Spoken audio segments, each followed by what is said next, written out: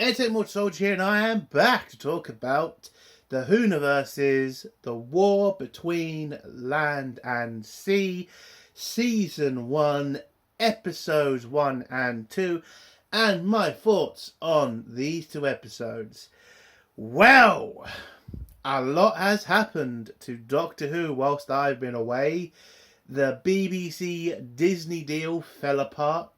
And now the BBC has to figure out how to keep Doctor Who going now that they might have to foot the bill for everything, which I don't see happening, and I don't see the BBC getting partnership with anybody else because Doctor Who is in a very, very bad place right now. The last season of Doctor Who was absolute dog shit. The ratings were abysmal. And I don't think this show is going to help. Because, unfortunately, these two episodes were woke as shit. It was completely slanted to the left. It was completely focused on environmental politics. You did not see that much defense of humanity in these two episodes. It's a real shame because Doctor Who, yes, would say that, look, the humans, they're a bit of a dick, but there are reasons, and you'd get some defense on that part, but you didn't get any of that in these two episodes. You really did get the feeling that you were literally being propagandized in these two episodes. It was really strange. I mean, there's a scene in this episode where the aliens throw out all of something out of something. And whilst I was watching that scene, I was just thinking to myself, so you can do that, why not make a deal with the humans and actually cooperate with each other where you wouldn't be killing innocent people? And there was no condemnation of it, which pissed me right off. But we're going a little bit too far into spoilers. But there is a bigger problem in these two episodes. One massive issue, which is definitely an insult to fans, and that is a name change. A name change of a race that makes no fucking sense. Especially with the fact that in the 80s Doctor Who, this particular species called themselves that. This wasn't given to them by the humans. That's what they called themselves. But yet apparently calling them this word is racist. And it's not the only really stupid thing in this episode. In the second episode, we have a real trans scene, which was just fucking ridiculous. And at some point, I would say sexist, for the reasons why this transformation happened. And really shows that the writers are kind of sexist, in my opinion. But yeah, also, the writing wasn't really great in these two episodes. Look, it's not all terrible. I do like the CGI of the creatures. I do enjoy this new species they brought in to represent the fish of the oceans, which was funny to see them. Look, I'm going to say a major spoiler now, okay? It's not major. It's not going to tell you the plot of the episode, but it will be kind of a little spoiler. Look, the name change in the episode is Sea Devils. Okay, that's the name change. And it's fucking ridiculous. Because again, they called themselves Sea Devils. This wasn't humans giving them that title. They called themselves that.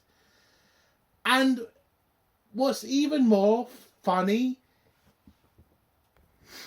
is the name they've changed to Sea Devils, which is Homo Aqua. I don't know whose fucking idea it was to call them Homo Aqua, which, by the way, is a name the humans have given the Sea Devils. This is not the Sea Devils have not asked to be called Homo Aqua. This is what the humans are calling them. It's like fucking stupid. It's like, what the fuck? Oh, it's so...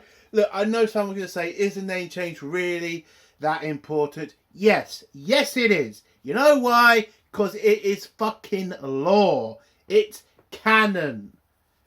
It's an insult to change it. So what? When we watch the old reruns of Doctor Who in the 80s, when the Doctor calls them Sea Devils, should we call out the Doctor and say, hey, Doctor, you're calling them a racial slur? It's like, what the fuck? It's so ridiculous. And that is the biggest thing about these two episodes, is it is all just ridiculous. I'm not saying that Doctor Who needs to be, like, massively realistic. Like, come on, it's a fucking police box going through space and time and shit. I get that. But for God's sake, making it a bit grounded, making it, like, make sense would be a big thing. And in this, it just feels so ridiculous at points. Like, there's a scene with the Sea Devils, they have to translate English to them.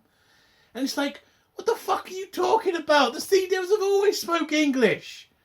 You talked to them in the 80s, for God's sake. You've had dealings with them multiple fucking times. And there's a bloody another woke scene where they're translating into fucking Sea Devil language. Listen, I'm not calling them homo fucking whatever. I'm calling them Sea Devils because that is what they are. I'm not going to, and I can't believe I'm saying this, going to colonialise their name when it's not the name they gave. Oh, that sounded so fucking woke. I feel a bit sick. Listen, they're called Sea Devils. Get the fuck over it, RTD, you fucking moron. Yeah, there's a stupid scene where they're translating into English the Sea Devils, and then one prick with glasses says, oh, they decided to learn English. Why didn't we learn how to speak fucking Sea Devil? It's like, shut the fuck up, dude. It's like you haven't had that many fucking... You don't deal with them every year. It's kind of a rare thing to deal with them, but you have dealt with them.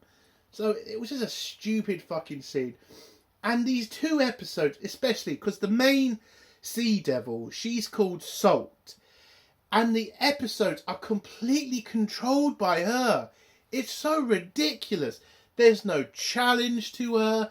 There's no control. The episodes are just written to make her seem like she's the power in the room. And it is ridiculous. The whole world is here to talk to her. And it just feels like the whole world is weak to the Sea Devils. And it's ridiculous. I mean, I guess I should mention the human cast as well. Barclay, I think he's an alright actor. He's been in Doctor Who many fucking times. So, yeah, he's used to this kind of stuff. I thought it was alright. Listen, I think the character he plays is kind of shit. Listen, I'm just speaking facts. He seems weak. He seems ready to give so much over to Salt at some point. He seems so willing to accept humans' faults and doesn't defend humanity ever. I felt that showed a lot of weakness. Listen, I get it. We pollute oceans. It's bad. I'm not saying it's good, okay? But there never seemed to be any sort of defense of humanity in these two episodes. It just felt like humans bad, Sea Devils good, and we just got to accept it. And I think the biggest problem is it's already been leaked that the main focus of this season is going to be the humans are going to be the bad guys and the Sea Devils are going to be the good guys. And when you already know that fact and you see these two episodes, yeah, that's definitely going to happen. Humans are going to be the bad guys, and it's ridiculous because the Sea Devils, if you've watched old episodes of them, they weren't exactly good people. They weren't exactly friendly. They literally tried to wipe out humanity many fucking times. And the Doctor had to fight them to stop them. So this bullshit rewriting of history where the Sea Devils are the good guys, it's ridiculous. But yeah, the 2 episodes as a whole, look, they're not terrible. I like the fact you saw a bit more money in these episodes, which is probably not going to happen anymore because BBC's on its own. But I like to see that unit seemed a bit more professional. I like the fact that it just focused on giving every unit soldier an SG-40. Is that what it's called? No, it's a G-36, sorry. Yeah, I like the fact they had different weapons. They had a longer G-36. They had a couple of M5s. Look, I know someone's going to say, why do you give a shit about the weapons? To me, it's always been annoying that every single fucking unit soldier carries a G-36. It's more of a police weapon than a... Listen, I know someone's going to say, how the fuck do you know? I've been in the military. You kind of have to have more diversity in that area. Like, never saw a unit with sniper rifles or LMGs. And I just like the fact you saw more of that in the first episode. I enjoyed that. So, yeah, a lot more of that, please, in hopefully better future Doctor Who, if we ever get that. But yeah, as a whole, the 2 episodes, what would I give them out of 10? Look, they weren't great, but they weren't terrible. I did like 2 death scenes in the first episode. It felt really imaginative, which I enjoyed that kind of stuff. So not terrible. So I'm not going to give it a terrible number, both episodes. I think I'd give episode 1 a 5 out of 10. It was the better of the episodes. But for episode 2 and that trans scene and the ridiculous thing the Sea Devils do in the end scene with the rubbish, I'm giving it a 3 out of 10. Yeah, I thought that scene was ridiculous and the way the humans handled that situation was also pathetic. So yeah, a 3 out of 10. So those are my scores. Let's get to spoilers now. If you don't want to hear spoilers, leave in 3, 2, 1. So the episode starts off on a Spanish fishing ship, and you see the captain of the ship drinking a plastic water bottle. And when he's done with that plastic water bottle, what do you think he does with that plastic water bottle? He throws it overboard, contaminating the sea. They then pull up a catch that they've caught full of fish. And when they bring that catch on board, they hear something strange from the net where the fish are. And it turns out they have captured a sea devil. I'm not calling it Homo Aqua, not doing it. So they capture a sea devil, and this Spanish fisherman captain grabs a rifle and shoots the creature, killing it. Unit is then informed about the murder. Well, apparently it's a murder. And then Unit rings up Barclay. And Barclay has to grab his daughter because he has to send his daughter to his ex-wife. Because he needs to go apparently all the way up to Scotland because it's a cover because he hasn't told his family that he works for Unit. And, well, he tells his family he's going to Scotland for an oil spill. His daughter asks why he has to be escorted by the military. And he makes up this really lame excuse of, oh, the military are coming with me so that if a fight breaks out, they're going to stop it. Again, kind of a really weird excuse to have the military there, but fine. He drops his daughter off at his ex's house. His ex isn't exactly happy because she has a party. By the way, I will give the writers a little bit of credit. They do make his wife out to be a cunt. You know, she seems to be... Oh, I can see why he divorced her. Because, oh my god, she sounds annoying and she acts annoying. She's just really annoying throughout these 2 episodes. Anyway, so he drops his daughter off. They head to the plane and they head off to Spain, which is their real destination. We're also introduced to a general who's played by British actor doing an American accent, which is just a terrible American accent. Listen, I know they've gotten this guy to do this sort of role before in Doctor Who, playing the American general. But I'm just going to say, you were working with Disney. Disney gave you a shitload of money. You couldn't just hire an American actor to play the fucking role. I'm just, look, his accent is obviously fake. It's very obvious. It's very annoying to me. But anyway, so the general informs the plane about the destination, which is to Spain, where they are going to investigate the creature that's just been murdered and figure out what happened and is anything else going to happen. So whilst the plane is taking off, Barclay decides to tell the sergeant next to him, well, the fact that he's been accidentally put in the wrong position, because it turns out Barclay doesn't have the clearance for this kind of operation. He's been unfortunately mistaken for somebody else, or he's been put there to fill in for somebody else, but doesn't have the right level of security. He tells the sergeant that, and the sergeant just pisses himself and says, "Oh, don't talk to me, don't talk to me, I don't want to get in trouble." Like, dude, you've literally been told this guy doesn't have clearance. You're the military guy on the plane. How about go tell the general you've got the wrong person? I mean, it just seems weird that you just don't mention it to anybody. You just stay quiet for no reason, by the way. It's not like you're going to get in trouble. I mean, it's just so ridiculous. And why the fuck didn't Barclay tell the general? So yeah, that was just stupid. Anyway, plane takes off. They land in Spain. They find the body, and they pinned it up to look like Jesus Christ for some reason. I don't know why. Turns out the fishermen were trying to sell the body. Unit have taken ownership of the body. Have confiscated it from the fishermen, and have made sure to block all mentions of this creature online and calling it disinformation and stuff like that. And so they're investigating what happened, and they are doing an autopsy on the body.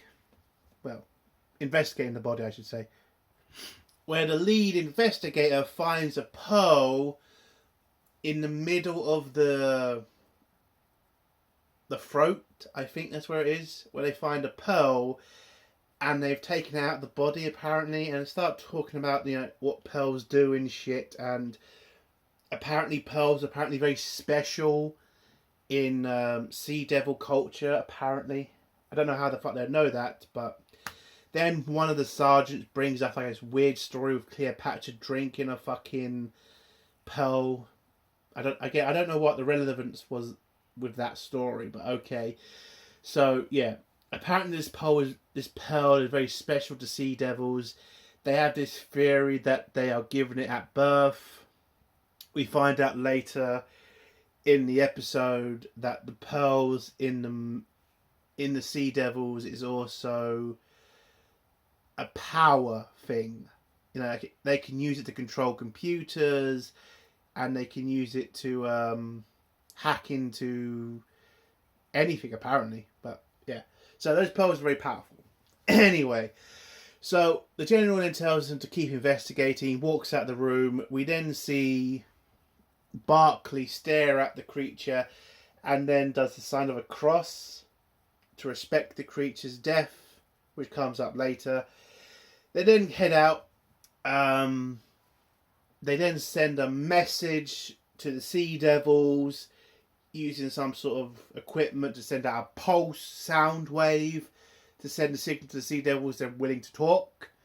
They then get ready to have this meeting with the Sea Devils. We then see Barclay and some of the security units, officers, whatever, heading to their bunks to get ready to sleep. We then go back to the body of the Sea Devil, where it's being guarded by two unarmed unit personnel who are talking a lot of shit. And then for some reason, the room starts to feel weird.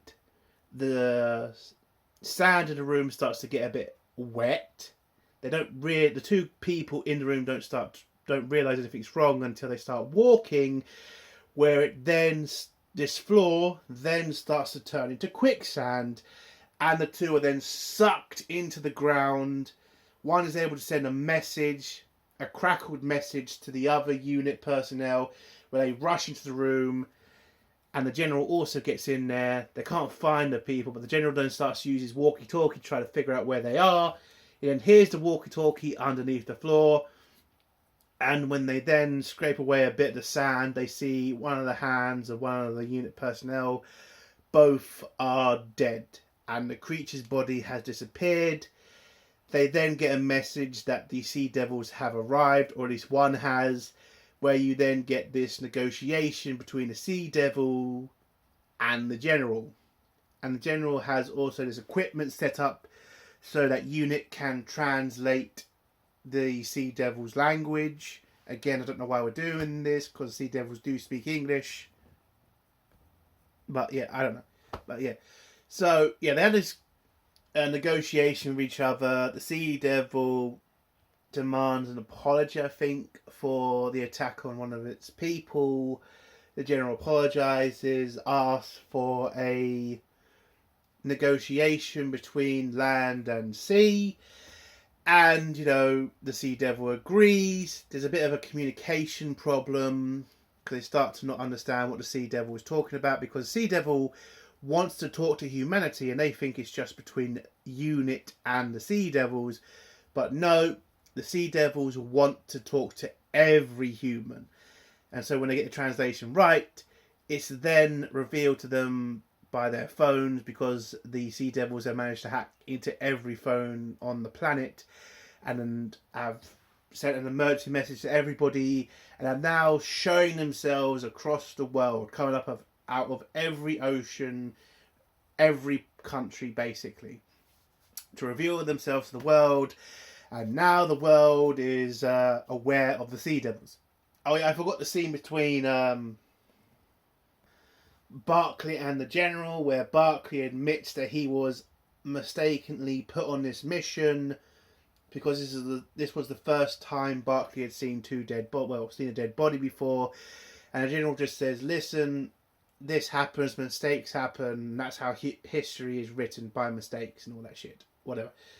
And then you get the scene between Barclay and the sergeant woman, and he reveals to the sergeant that he has met the Doctor once. And I actually did like this scene, because it still shows how important the Doctor is and how humans are still in awe of the Doctor. I did respect that scene. But anyway, so the Sea Devils have revealed themselves, and they're now going to have this negotiation with humanity about not starting a war with each other because of the 2 deaths, or the 3 deaths, I should say. So they've agreed to do this meeting in London. They build some sort of special aquatic thing for the Sea Devils, and this whole thing's being led by Lethbridge Stewart. Kate, head of unit, as she continuously reminds us. And she's going to be leading the negotiations through the ambassador that the UK has picked. And the UN and the whole world has come to London with their generals and admirals to do this negotiated peace with the Sea Devils. And they build a special place for the Sea Devils. I do have one problem with this aquatic thing that they make. The fact they didn't test it before the day of the negotiation. It does seem a bit weird to put that many people in danger, because you're putting a shitload of water in a very confined area, and if that water breaks, you're going to drown a shitload of people. So might want to rethink not testing things first, unit. You're supposed to be a smart organisation. Next time, think about it. I don't know why. Anyway, so the Sea Devils arrive, and when they get there, we're then introduced to these new Sea Devils who look like fish. And then the main Sea Devil, she arrives. They open the doors, not open the doors. They open a chamber to the aquatic thing that allows the some of the sea devils to leave and come into the main room of the negotiation place, where we're then introduced to Salt, who will be speaking for the sea devils. Now, we're not exactly told what she is to the sea devils. I mean, is she their leader? Is she their queen? She's just the one that speaks, because she gets two guards behind her, but she's the one who speaks for the sea devils. And she's then, well, the ambassador for humanity then starts to talk to her. You know, humanity welcomes her, and let's hope that we can bring peace to both land and sea. They bring some flower from Mount Everest as a gift to the sea devils, and the sea devils bring humans a gift, 2 dead babies basically, as an insult basically to humanity, and say these 2 children should have been born years ago, but they died because of humans pollution of the world. That's why they're dead. They should have been born years ago, but now they're dead because of humanity. And then Salt stops talking to the ambassador and talks to the world and says she will not negotiate with this ambassador. She will only talk to the one human who showed respect to the sea devils, and that was Barclay. And Barclay is shocked, the whole world is shocked, and that's how the episode ends, with him saying, "What?" And that's it.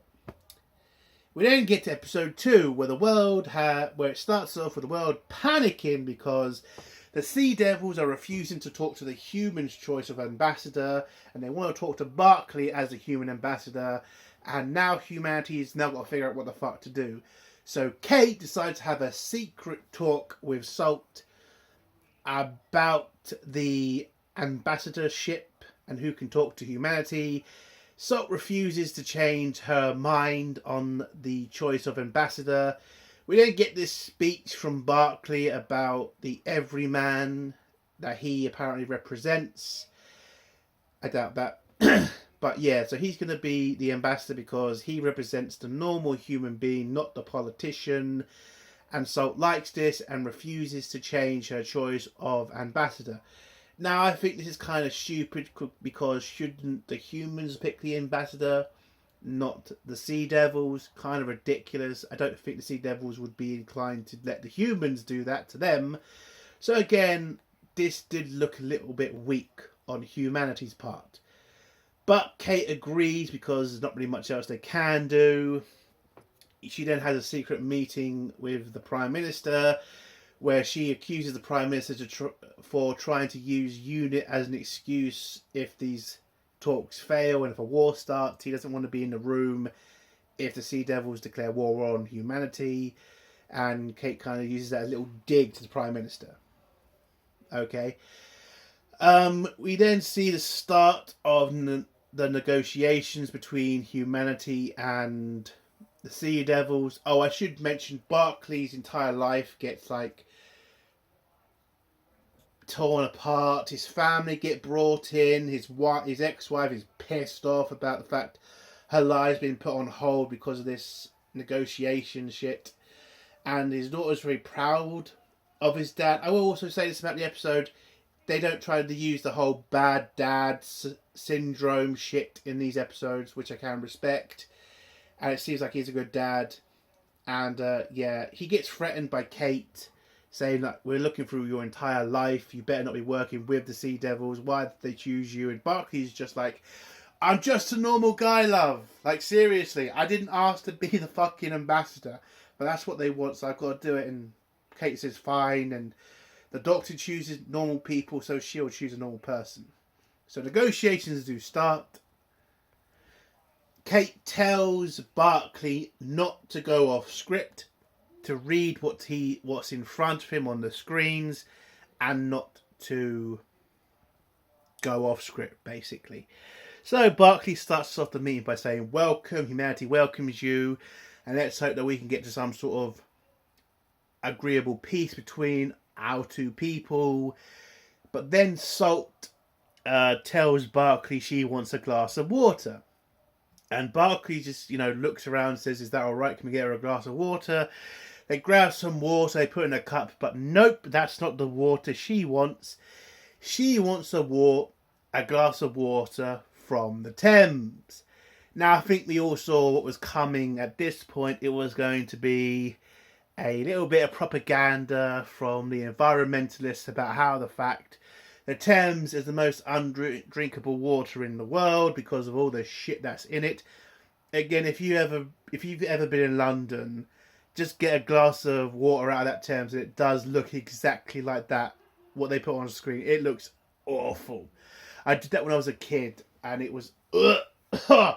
My mum killed me when she saw me do that. She really got pissed at me, but I was 5 years old, so But yeah, not a smart thing to do. Drink that fucking water. Oh God, no. Oh God, no. So they send an entire tactical unit to go get this glass of water from the Thames.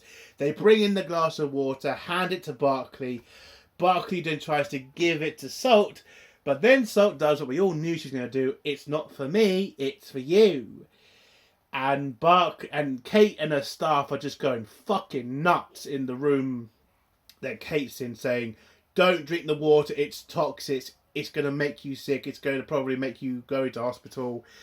And so Barclay has to refuse. And when he says that, Salt rebuts with, why? Why can't you drink this pure water? And so Barclay has to admit, yeah, I can't drink the water because it's toxic. And then Salt brings up the fact of, why is it toxic? And Barclay has to again agree with her and say, because humanity has intoxicated it with shit, basically. And then we get this entire ridiculous woke scene where Salt insults humanity, saying, you are tipping in the sea your rubbish, your shit, your oil. And what does Barclay say? As the ambassador to humanity, the guy who's supposed to be on our side and defend human beings, he just goes, you're right, Salt. Humans are bastards. I mean, my God, if this guy was your defense attorney, you'd be thinking he's working for the prosecution. Like, Jesus. Like, I get it. Humans have done a lot of nasty shit and we have fucked up the environment. But we are in a negotiation with a species that wants to wipe us out. Come on, Barclay, you could say something in our defense. It's like, yes, we have done stupid shit in the past, but we are trying to sort it out. But you've got to understand it's going to take time. Which Barclay, to his credit, does try to do. But then goes fucking nuts and goes on about the fact that companies are dumping in our oceans, our rivers, our seas. It's all their fault. And humanity is sorry. And Salt just likes him because this guy just agrees with everything Salt says. So of course she fucking likes him. But then Kate gets control of the situation by telling Barclay to stop talking like a moron and stick to the bloody script. So he tries to stick to the script and says humans will try to sort out the pollution problem, but it's going to take 40 years. And Salt isn't exactly happy about this and goes on a little speech about why sea devils need to keep taking this, why they need to keep being deafened by your engines, poisoned by your oil, and killed by your fish nets, apparently. Such a dangerous species, they can keep killed by fish nets, apparently. That was just ridiculous. And, tries to mention again that humanity is going to try to fix it faster. You just got to give us time. And Salt just says, is this the most important thing to your governments? Is this the most important thing to your people? And Barclay says, yes, we're going to focus on it. We're going to do whatever we can to fix the oceans and help your people. And then Salt then decides that she's going to force the issue by getting rid of all the plastic from the sea at once. And the sea devils just dump all the rubbish from the seas, all over the land of the humans. And you see all these scenes of plastic and garbage and all this shit just fall into the sky. Now, this has to be a declaration of war, because this is going to kill fucking thousands, if not millions of people. And what I get so annoyed about in the scene, I mean, I should mention, Barclay's family gets stuck in this. Their driver gets killed by something that Sea Devils drop from the ocean onto their car, which kills the driver, but his family does get out safe. But yeah, and at this moment where you think Barclay is going to stand up for humanity and say, how dare you do this to our people? How dare you killed thousands of our people? And why did you try to cooperate with us? Like, if they can fucking do this, like get rid of every bit of shit from the ocean and throw it out, you could have just done a deal with humans. Like, we will throw out all the rubbish to this specific point and we'll let you deal with it. No, but instead they just throw it at everybody. And then Barclay then says, how dare you? But then when he's quickly put in his place by Salt, he then just folds like a little bitch and says, oh yeah, okay, I'm not threatening you, I'm just saying what you did was bad. It's like, come on, dude. She's killed thousands of innocent people. You should have said to her that this was wrong. How dare you kill our people? And yes, for the woke people, she could have come back with, this is what your people do to our people, and had an interesting conversation. But again, the writing says that she needs to win and be seen as the better person because she's speaking on behalf of every far left environmental prick. And it's just, for God's sake, I'm not saying that he has to defend the fact humans have fucked up the oceans. I'm not saying that. But again, the Sea Devils just killed thousands of people. There has to be a retaliation for this. And by the way, I should mention, in the background, you see an oil tycoon and two generals trying to do some sort of plan in the background. Like, there is something being planned behind the scenes on the humans' part, where I think they're going to do some sort of attack on the Sea Devils. So I should mention that. But then the episode, we get to the end part of the episode where the Sea Devils and humans have to come up with a deal to stop anything from escalating, and the humans ask for a negotiated armistice between Sea Devils and humans. But Salt says there are 3 conditions to them agreeing to the armistice. One of these conditions is no more polluting the oceans or rivers or any bit of water, basically. The second condition is, and it's the most ridiculous fucking request from the Sea Devils, is the Sea Devils want ownership of every bit of water. Every bit of water. Not just the water between countries. They want the water in the lakes, the water in the, even in your water bowl. They want ownership of it all. And not just the water, but the skies as well. That's another condition to peace. And then you just see the room erupt in anger towards this. Because that's impossible for humanity to keep. And then she says, well, you can stay on your land. You don't need ships and planes to survive. But this is a new economy. This is modern life. The human race can't survive without trade with each other. And maybe the sea you kind of get away with. But with air travel, and humanity just gets so angry at Salt. And this is where we get the most ridiculous scene in the episode, where everybody's just shouting at Salt. And then we get the trans scene, where she turns into a man to show strength. Now, in the early part of my review, I did say that they did a sexist thing in this, and this is the scene. So when Salt acts tough and angry, she turns into a man, but when she wants to be soft and calculated, she turns into a woman. Which I would say is just insulting, because if you've ever had an argument with a woman, she don't need to turn into a man to scare the shit out of you. Trust me, a woman can be as strong as a man when it comes to an argument.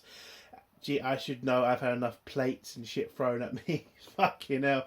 So, yeah, I thought the scene was stupid. And it was just weird. It just felt like it was just like a trans message or something. But she calms down and turns back into a woman. And Barclay just tells everybody in the room to calm the fuck down. And then the last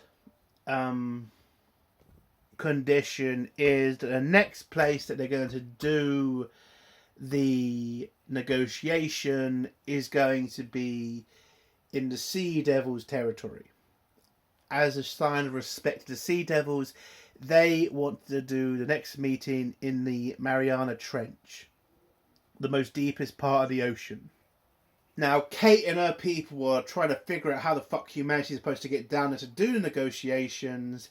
But before she's like telling Barclay not to agree to it. But then the episode ends with Barclay saying, sure. And that's how episode 2 ends. Look, these 2 episodes weren't as terrible as I thought they were going to be. Listen, I was expecting the woke pollution shit. And I was expecting a Sea Devil with a female lead to be the controller of the negotiations. I was expecting that. I wasn't expecting Barclay to be so weak. Look, there are times when Barclay does seem to show a bit of strength, but throughout this negotiation, it does seem like humanity's being put on trial by the BBC. Like, how dare you toxify the world? You need to do as you're told. It just felt really woke propaganda shit.